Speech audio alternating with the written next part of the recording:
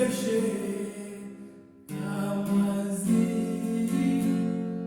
Ima, lavé, connaît.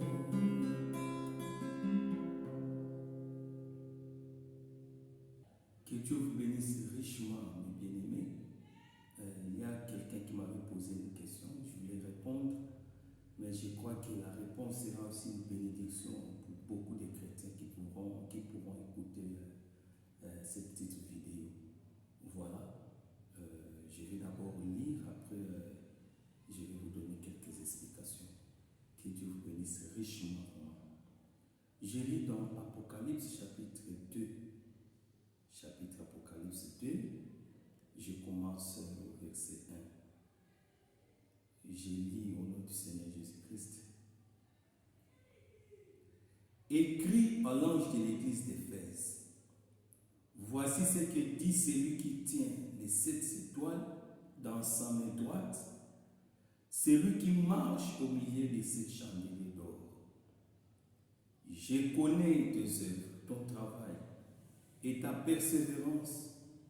Je sais que tu ne peux supporter les méchants, que tu as éprouvé ceux qui se disent apôtres et qui ne le sont pas, et que tu les as trouvés menteurs, que tu as de la persévérance, que tu as souffert à cause de mon nom, et que tu ne t'es point lassé.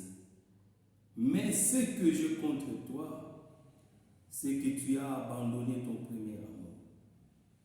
Souviens-toi d'où tu es tombé. Répands-toi et pratique tes premières œuvres. Sinon, je viendrai à toi et j'ôterai ton chandelier de sa place, à moins que tu te répandes. Vraiment. Je voulais juste parler en lingala parce qu'il y a la personne qui m'a posé la question. Elle s'exprime très bien en lingala. Je voulais vraiment entrer en détail de ces versets. Donc parfois je lis en français, j'explique en lingala afin que la compréhension soit vraiment claire et nette. Voilà. Donc Neko Oyozo Lanangai, à tout temps l'Apocalypse, ils ont agi à Éphèse. Tout le monde qui a agi à Éphèse, messager à Zaki Paul. Tout temps l'Ikolo a sepela qui n'a pas action et a malambo banai kosala. Tout ce qui est au cause de la botanga awa. Je connais tes œuvres, ton travail. Batouan Zaki na misala malam, Zaki ko travailler pour le Christ. Zaki ko persévérer quand il a biloko wana. Je sais que aucun même qu'on découvrir l'enseignement ya mabe yo ozo comparer l'enseignement na bango na ya Paul ozo bimisa bango ba menteur na yebi ba pasi wana mais nga za contre ya likambo moko onga na moni mabe kati na yo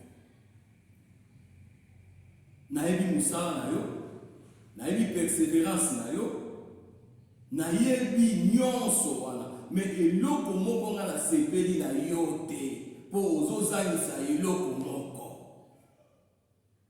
na yebi te soki ozolanda nga malamu ndeko eloko moko wana tokomona yango. Mais ce que je contre toi, c'est que tu as abandonné ton premier amour.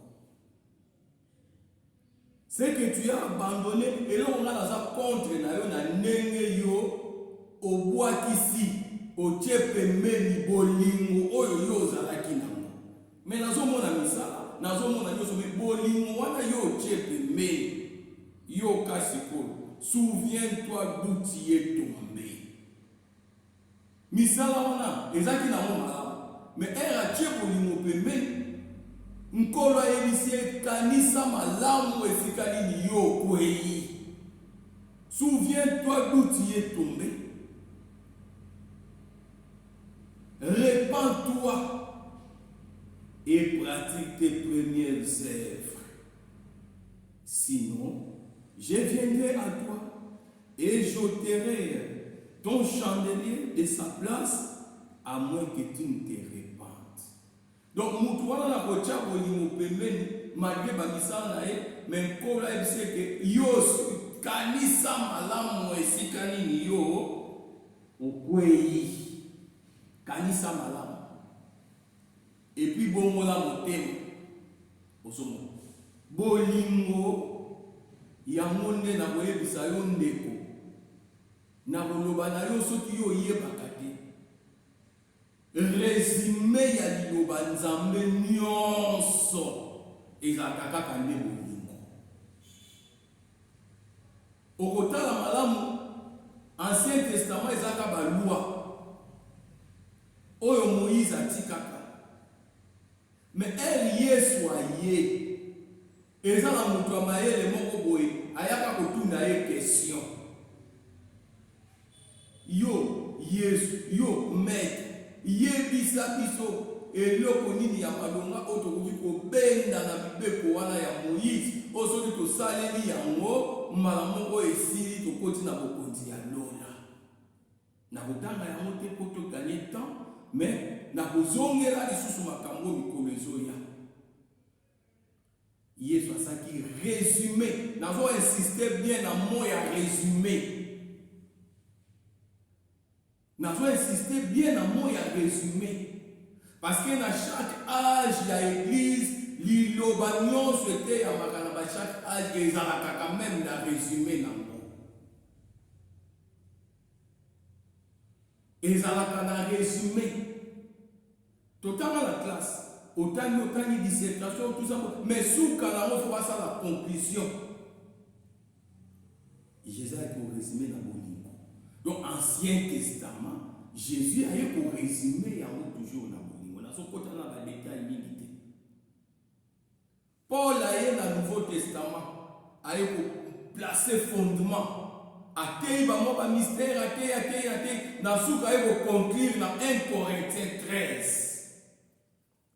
Même dans la connaissance, il y a tous les mystères. Même dans ce qu'on parlait en langue. Même dans ce bilo qu'on a gagné sur la carte. Peut-être qu'il y a un ça bolingo, n'est-ce pas bilo qu'on kabi à mon débolingo. Ils ont fait partie des aïe à mon pécacate.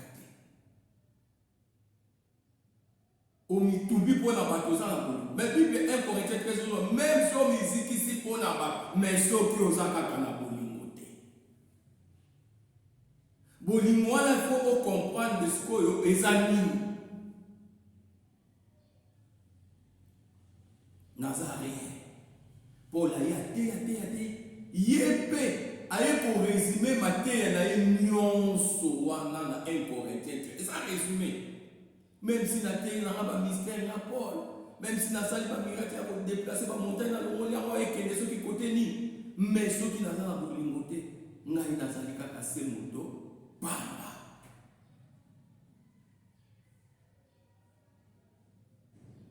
Toye koyoka liloba oya tango oyo ye na nzela ya mosakoli William Marion Branham. Atei makambo ndenge na ndenge na kati. Na webson de peut-être osa ensemble la message te. Nazote ya bato message kakati. Mateya ya bolingo ezaka pona monde entier. Ezaka pona groupe moko ya bato te. Messager oya ye pona monde entier. Maye biso sangonini. Na lingi natanga moi iloko moko ya simple. Pour comprendre, il y a un biologiste. Et ça, la réalité, il y a comment puis-je vaincre? Comment puis-je vaincre? Prêché le 28 août 1963. Comment puis-je vaincre? Nene ngala boyi kulonga. Iloko nini komemanga na elonga. Paragraphe 87. Et à présent, nous allons parler de cette victoire. Le mot vaincre, naturellement, vous savez ce que ça signifie. il vous faut avoir quelque chose à vaincre. Et cet âge de l'Église dont le Saint-Esprit parlait ici, l'âge de l'Église de la Odyssée. Yo okomona ke est autant qu'Apocalypse de Nzambe a réprimandé bango pona kozanga bolingo malgré ba œuvre nyonso bango babandaki kosala. Tozwi âge obiso tozala yango ya la Odyssée, yoka pe réprimande ya âge oyo. Nazo continuer lecture. Il vous faut avoir quelque chose à vaincre. Et cet âge de l'Église dont le Saint-Esprit parlait ici, l'âge de l'Église de la Odyssée, comme nous venions de l'étudier, avait besoin d'une réprimande. Kuna Christ a réprimandé. Awa pe âge ko ya la Odyssée, exemple na besoin ya réprimande, donc ba gangela yango, ba lobela yango, ba kolobela yango na tina ya nini. Avait besoin d'une réprimande à cause de son indifférence envers Christ. La Odyssée a mis Christ dehors dans les jours, dans son âge.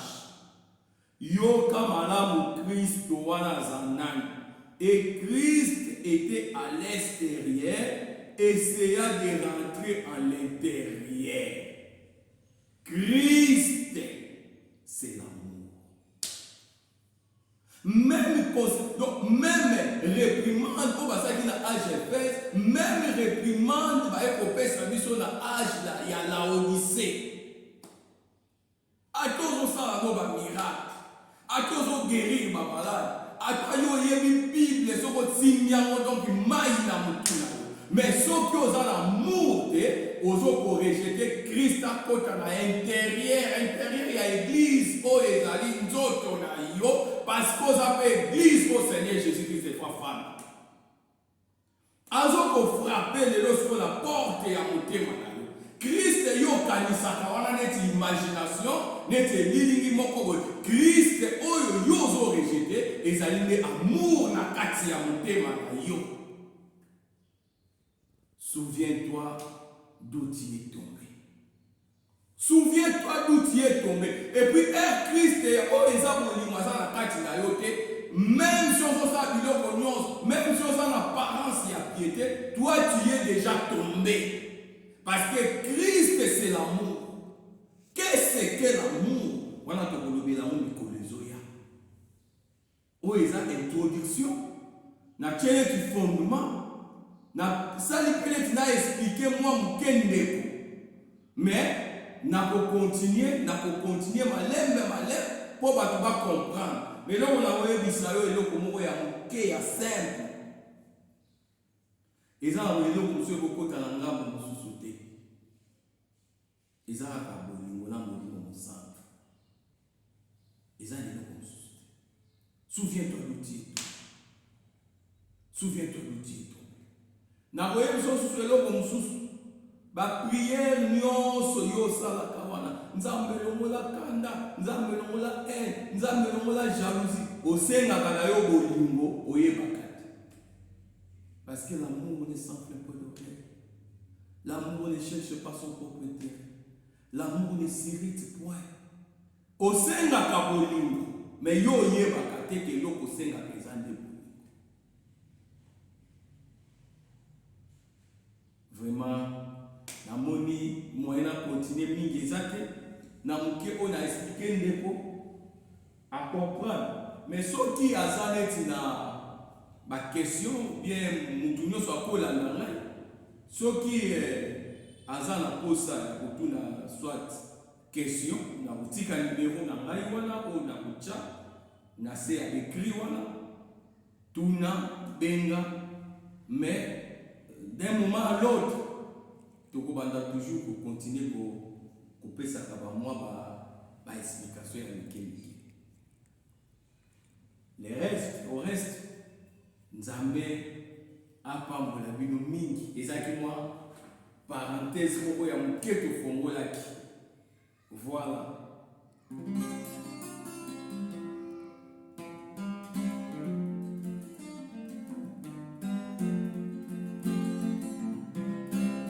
Quoi que vous fassiez, mettez tous les restes de côté, jusqu'à ce que vous ayez l'amour parfait.